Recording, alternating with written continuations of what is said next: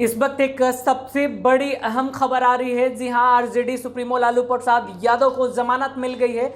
जमानत मिलने के बाद हम तमाम तरीके के जो अब कयास लगाए जा रहे हैं उस पर बात करेंगे, लेकिन फिलहाल अभी की जो सबसे बड़ी खबर है बिहार विधानसभा चुनाव के मद्देनजर वो ये है कि आरजेडी सुप्रीमो को अब जमानत मिल गई है।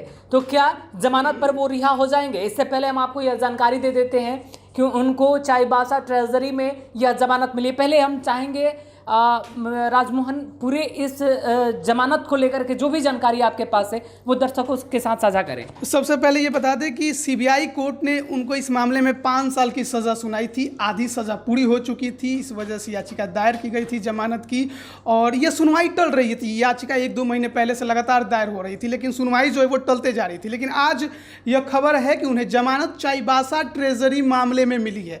यानी अभी जो है वो केवल एक मामले में मिली है। एक और सज़ा है जिसमें दुमका ट्रेजरी वाले में, जिसमें उन्हें 14 साल की सज़ा सुनाई गई है, उसमें नहीं मिली है।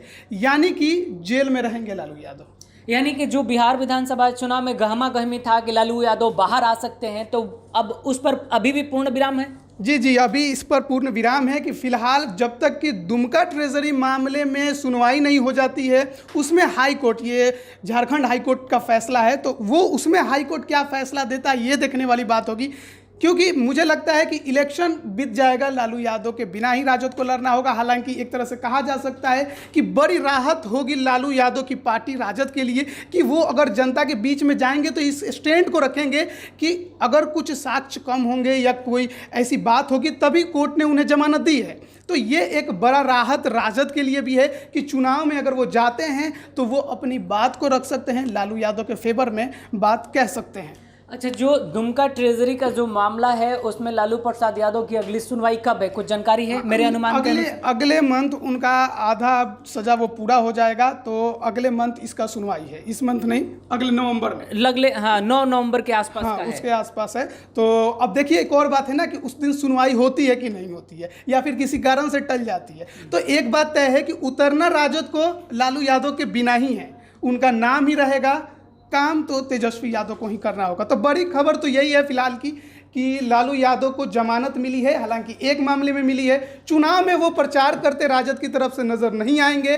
फिलहाल वो जेल में ही रहेंगे। हालांकि जेल में तो नहीं है, वो अस्पताल में है, सजा याफ्ता, लेकिन रहेंगे। चुनाव में आपको प्रचार करते नजर। आपको क्या लगता है, बिहार विधानसभा चुनाव के मद्देनजर जब जनता के बीच में तेजस्वी प्रसाद यादव जाते हैं तो इस मुद्दे को लेकर कितना प्रभाव जनता पर पड़ेगा? जमानत मिलने का जो प्रकरण है पूरा, मुझे नहीं लगता कि तूल पकड़ेगा या फिर कोई बड़ी राहत राजद को होगी इससे, ये मुझे दिखाई नहीं देता। लालू प्रसाद यादव की तबीयत भी कुछ ठीक ठाक नहीं रह रही है, तो इसके मद्देनजर भी क्या आपको लगता है कि अगली सुनवाई में इनके पक्ष में कुछ हो सकता है? हो सकता है। मुझे भी लग रहा है कि ये जो सुनवाई हुई, जमानत उन्हें मिली है, उनके इसी वजह से लगी, उनके स्वास्थ्य को लेकर ही उन्हें यह जमानत दी गई होगी कि घर पे रहें, आराम करें, क्योंकि उनकी तबीयत काफ़ी सालों से ख़राब है।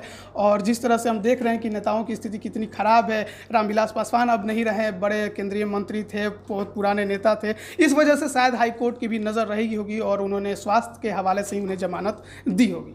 जी बिल्कुल, धन्यवाद। तो जिस प्रकार से आरजेडी समर्थकों के लिए यह ज़रूर अच्छी खबर कही जाएगी, लालू प्रसाद यादव को जमानत मिल गई है और अगली जो सुनवाई है दुमका ट्रेजरी में उस केस में, उसको लेकर के अगले महीने 9 नवंबर तक हो सकता है, उसके लिए भी जमानत याचिका दायर की जाए और फिर उसमें भी कुछ बड़ी खबर राजद समर्थकों के लिए निकल कर बाहर आए। हालांकि इस बार बिहार विधानसभा चुनाव में, जैसा कि राजमोहन ने बताया, कि आरजेडी को तेजस्वी प्रसाद यादव के नेतृत्व में ही जनता के बीच में जाना पड़ेगा, लालू प्रसाद यादव मौजूद नहीं रहेंगे। तो फिलहाल इस वक्त की यह एक बड़ी और अहम खबर। इस खबर में फिलहाल इतना ही। आगे की खबरों के लिए बने रहे हमारे चैनल पर। नमस्कार।